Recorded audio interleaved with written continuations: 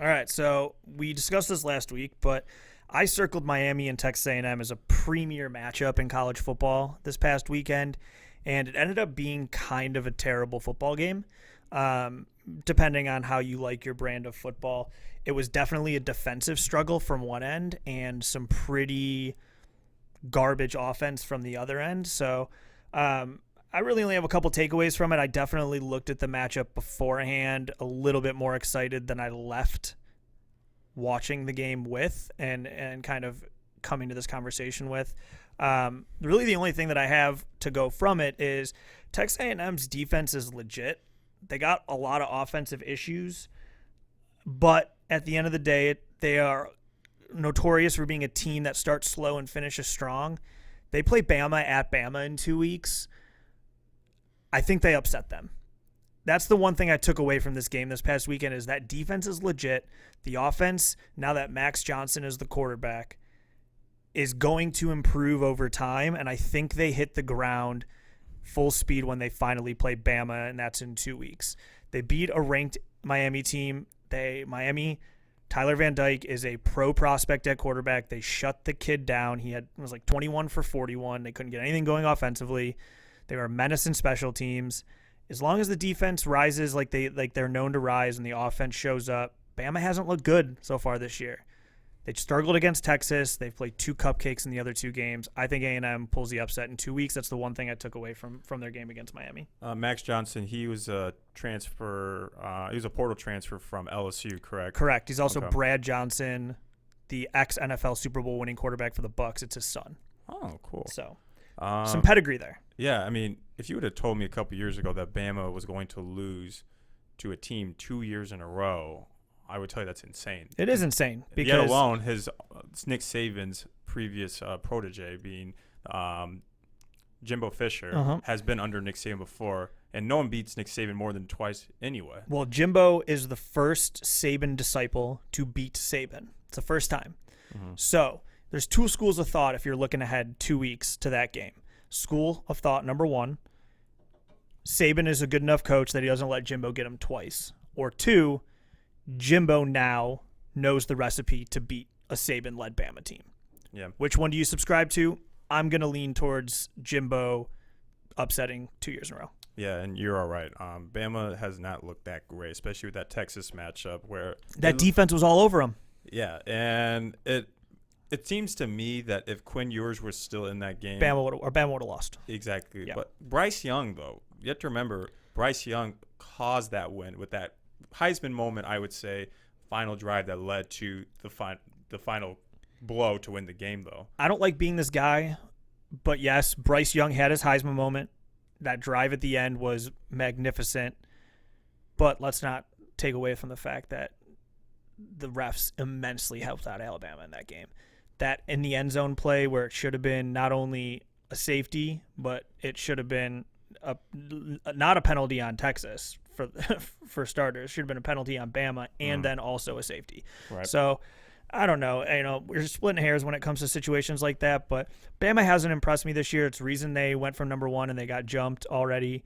I think that A&M, once they get Max Johnson a few more starts under his belt in this offense, I think in 2 weeks you see a better A&M offense to go with their already top 5 defense. Yeah. So, and just to transition over to Miami, this is Mario Cristobal's first season at Miami, which I believe was his alma mater. it is. How would you say he's going to compete within his own conference, of course? Like, do you see a situation where he is going to go against Clemson for an ACC title? Yeah, I think when it comes down to it, there's 3 teams in the ACC that are really kind of above the rest. Those 3 teams, in my opinion, it's Clemson, it's NC State, and it's Miami. I know North Carolina's in there as well. North Carolina, they're 3-0 right now, arguably one of the best offenses in college football, can score on anyone. However, their defense is bottom 5 in college football.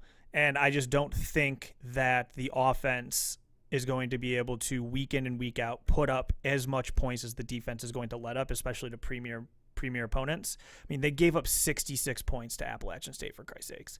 Like, it's not a knock on Appalachian State, but like 66 points. That's insane. When North Carolina plays a Clemson, when they play an NC State, I just don't see their offense being able to run with how much their defense is going to let up.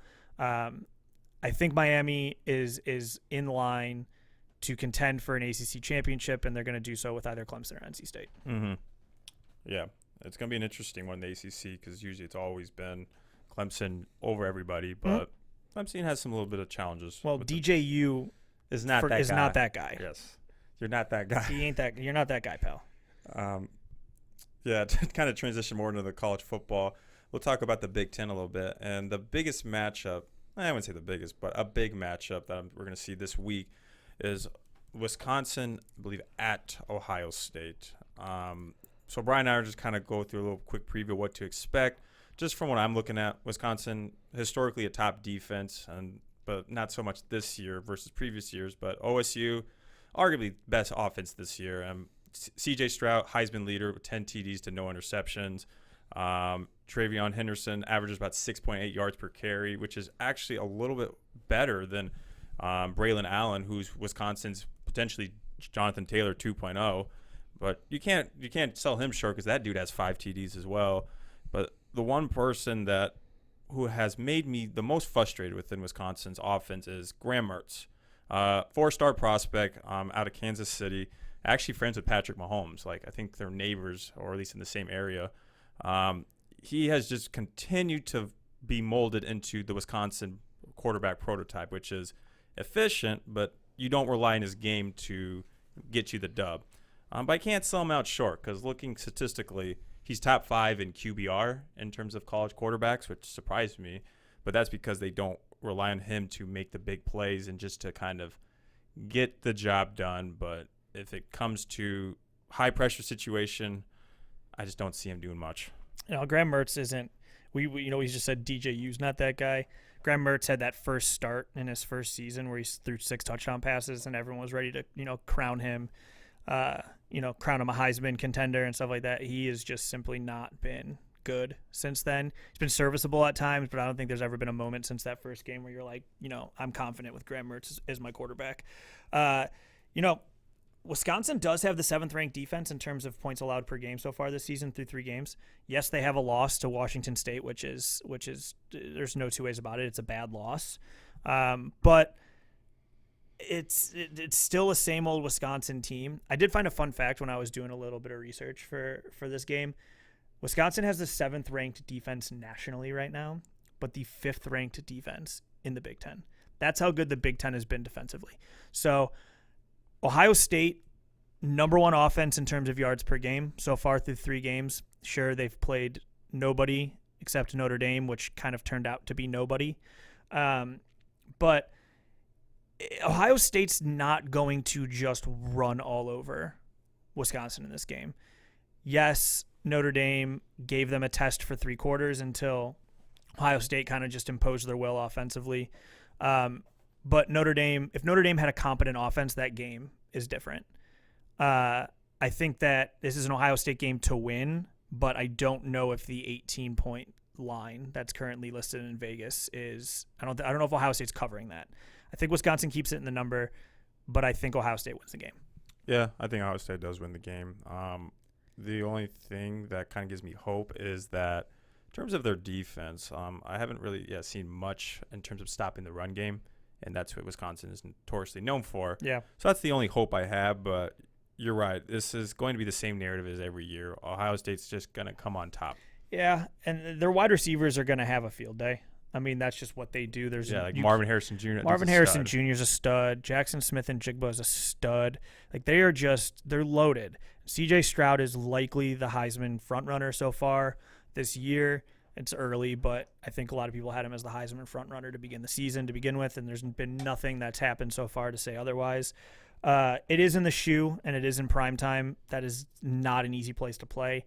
I think you see a situation where where Ohio State goes up early, Wisconsin claws back a little bit because those teams don't just lay over. They don't just roll over once they're down. I'm seeing something along the lines of like a 17-point win for Ohio State. I think Wisconsin kind of backdoors the cover But it's going to be a 2-touchdown game for the majority of it. It's just the game is going to feel more out of reach than it looks on the scoreboard. Does that make sense? That's how I'm looking at it. Yeah, and we were talking about how Ohio State had some cupcake teams, and you even included Notre Dame being one that's just not who they were supposed to be. Even that one win against Notre Dame is a much bigger win than any of those other schools that Wisconsin has played this season. Yeah, I mean, Wisconsin's got wins against New Mexico State, where they won 66-7. New Mexico State's arguably one of the worst teams in college football. Yeah. They did lose to Washington State 17-14, but it's they're only giving up 8 points a game so far this season. They've played nobody. Ohio State's going to score points, but is it going to be a 50-point outburst for Ohio State? Could be. I don't think so, but I think you're looking at something with a total of 57 and a spread of 18. Something along the lines of like 37-20. Mm-hmm. And speaking of just like the Big Ten in general, like this was supposed to be my prediction for the Big Ten championship matchup. It's kind of skewed a little bit on the west side of things. Wisconsin is not my favorite anymore. I'm looking at Minnesota right now. They have the easiest schedule, and they are dominating statistically on offense and defense. You know what? This is going to be Graham Mertz. Tanner Morgan, the quarterback from Minnesota, is everything Wisconsin fans want Graham Mertz to be. Graham Mertz Tanner Morgan reminds me of when Jack Conan transferred to Wisconsin, and that's who he became. Yeah. Wisconsin, it's, Minnesota, so first of all, I took Minnesota's team total for wins on the season before the year at 7.5. I feel great about that right now. They've still played nobody, but one of the teams that is actually better defensively right now. One of the teams that is better defensively right now than Wisconsin in terms of a points per game standpoint is Minnesota. Minnesota's given up 5 points per game so far this season. So it's Minnesota looks like the favorite out of the West, but I think I said this to you last year when you were kind of writing Wisconsin off. I go, once you get into October and November and those teams start playing each other, anything can happen. Yeah, that's true, because you also have Iowa in the mix. Well, they can't only if their defense is scoring touchdowns for them. Yes, but Wisconsin has a disadvantage for that match because they're going to be at Iowa. In Kinnick, yeah. Yeah, and speaking of Iowa, I was in Iowa City last weekend to visit a friend, and when they were playing their game of the week, they had a lightning delay, and the game did not resume back until midnight with about 2 quarters left to go. And that kind of made me think, like, should college football games go past midnight if, like, other stadium venues can't even do that? Like, example, like, but concerts can't go past midnight. It's more of like a noise curfew. What difference is it if, like, a football game with lights everywhere and, of course, shouting and screaming from fans and the game itself? So is there a cutoff of, like, okay, if it gets to the point where the delay is past the time frame, is it just a scratch? Do they count it in the scoreboards or the record books? Or well, I was gonna say, what's the alternative? Because it's not like baseball where if you get through 5 innings, it's considered a game. So if rain does come, they can call it after 5 innings, and it'll just count as a rain shortened game. Football is a weather sport. You play in any weather as long as it's not unsafe. I just look at the Bears 49ers. They played right through a monsoon. There was no lightning, so that's why they were able to do so. But to answer the question, I don't know if there's an answer to this, just because, yes, if we want to be funny about it and look at it in a vacuum, who the hell wants to stay up past midnight to watch Iowa versus Nevada? Nobody. I don't even think Iowa fans really want to do that. But you can't play the game on Sunday because the NFL doesn't allow it. There's contractual things in place that say college football and the NFL cannot play on the same day during the season. So the alternative is what? I guess you kind of just gotta play it. You gotta just suck it up and kick it off past midnight and finish the game as quickly as possible. Just because I don't know if there's another alternative to it. But if you're asking me whether or not they should, no, I don't see any reason to kick a football game off to finish 2 quarters after midnight. Yeah, you're right. I don't know an alternative. I love watching college football. I kind of think more of at the players' standpoint. It's like you're very hot, moving around tackling people, and then you get real cold all of a sudden. Oh yeah, it does a lot to the body to stop and go. Like, you get athletes are creatures of habit. They're routine people. So therefore, you throw that routine off, and it that risks potential injury. You get sloppy gameplay and whatnot. So it's one of those things where I don't think there's an amicable amicable solution to saying, okay, we're gonna pick this up at another time. But nobody wants to watch a college football game, let alone Iowa and Nevada after midnight. Yeah, I'm a degenerate gambler, and I have no interest in that.